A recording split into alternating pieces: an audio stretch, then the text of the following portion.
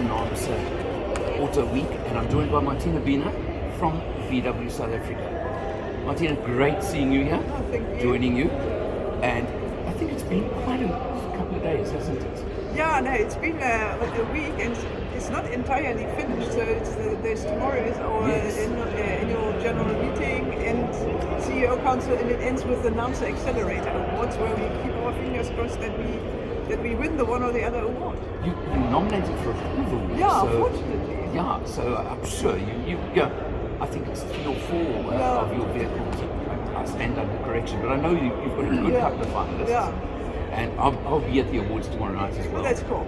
Yeah, I've got the day off tomorrow, so. Well, it looks like, hey, you kind of. We've started it already, right? Yeah, exactly.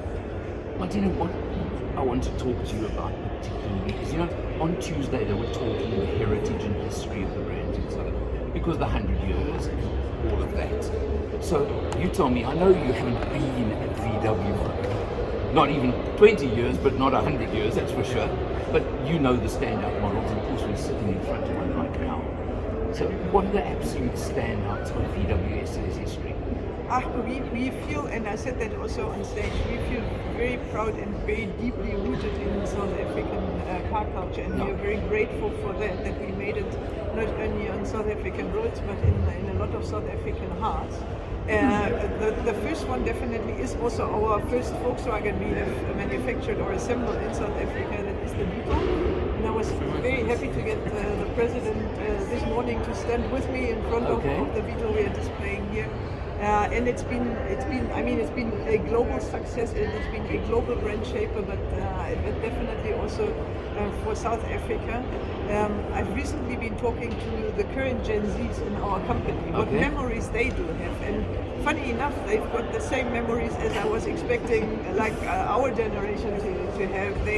They remember the Kumbi, they remember the Jettas, they remember, of course, the Golf Mark 1, which then ventured into a city Golf.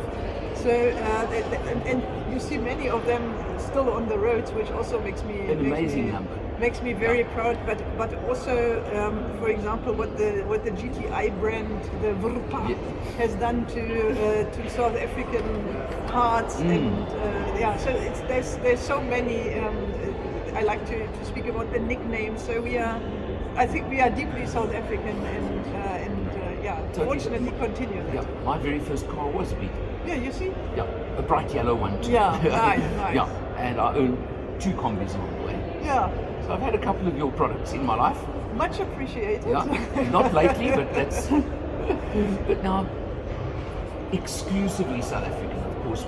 I think was the first one, the City Golf.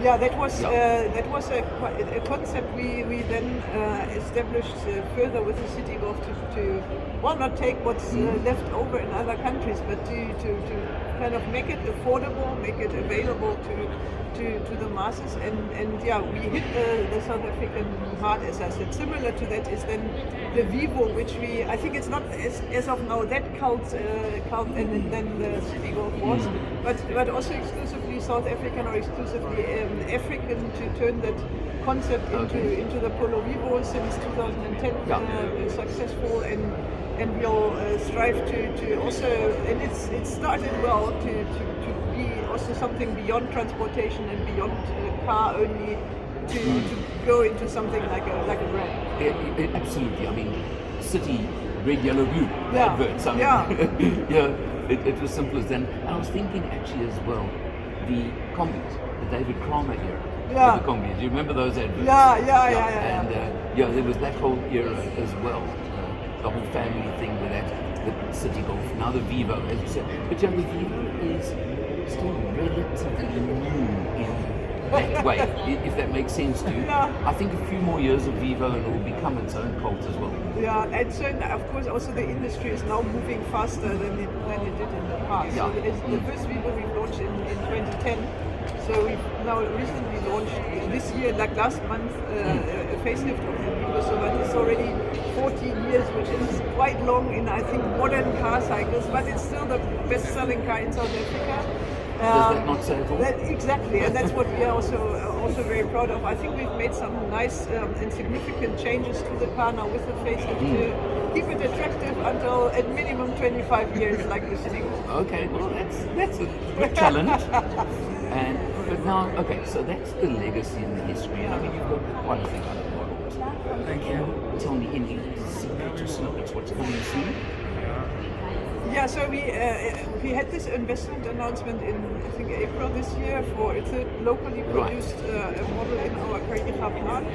It's still, the title is A0 entry SUV, so it doesn't have a name, but this naming convention is starting soon in Africa to be for the media and for the customers to vote for a name. It is based on the similar platform as the Polo, which also makes it technically possible for us to have it as a third model in the plant, because we are running a one-line operation, very slim, very efficient, 710 units a day. So that platform helped for us to get it in.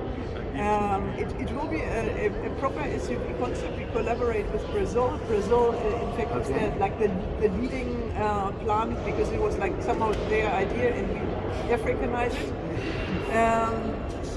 But we can't show anything as of now. But you'll first see not it, but things of the car, camouflage model, probably with our Volkswagen Indaba beginning of next year in February. We want to show something. So there'll be something going on there. So that's exciting times. Look, the market is moving so much towards SUVs, or crossovers and SUVs. The Polo Vivo almost is an anomaly in one way. That it sells so well considering everybody else wants crossovers, etc. So you're moving into that space as well. Yeah, I mean, I had discussions also on will there be a Vivo successor, and is this Vivo concept, and I'm not so sure whether there will be a successor in 25 years, that time period, because hatchback, as you're saying, the trend goes SUV, and let's see what comes next. So yeah, we are moving into that. I mean, we are strong in that anyway, with the T-Cross, the T-Roc, the Tiguan, sort of the Taigo, and now you get a very nice looking small SUV positioned below the T-Cross. So your T-family is growing. Yeah. As I think you use the term the T-family. Yeah. I've just had the Tiguan on test. That's good. Did you like it? It is so good. Yeah, I've got also mine now in Knebera or in Tarifa.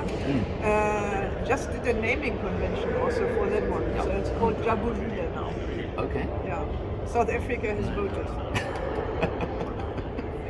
But you know what? The amazing thing, Volkswagen means the people's car, right? And you've even got it now. It's the South African people's car. Yeah. Starting, I think, probably with the combis and the City Golf, I'd say, were the two that sort of engendered the South African people's car. Yeah, and we always managed, and probably initially it was not intended, but it fortunately happened to be. But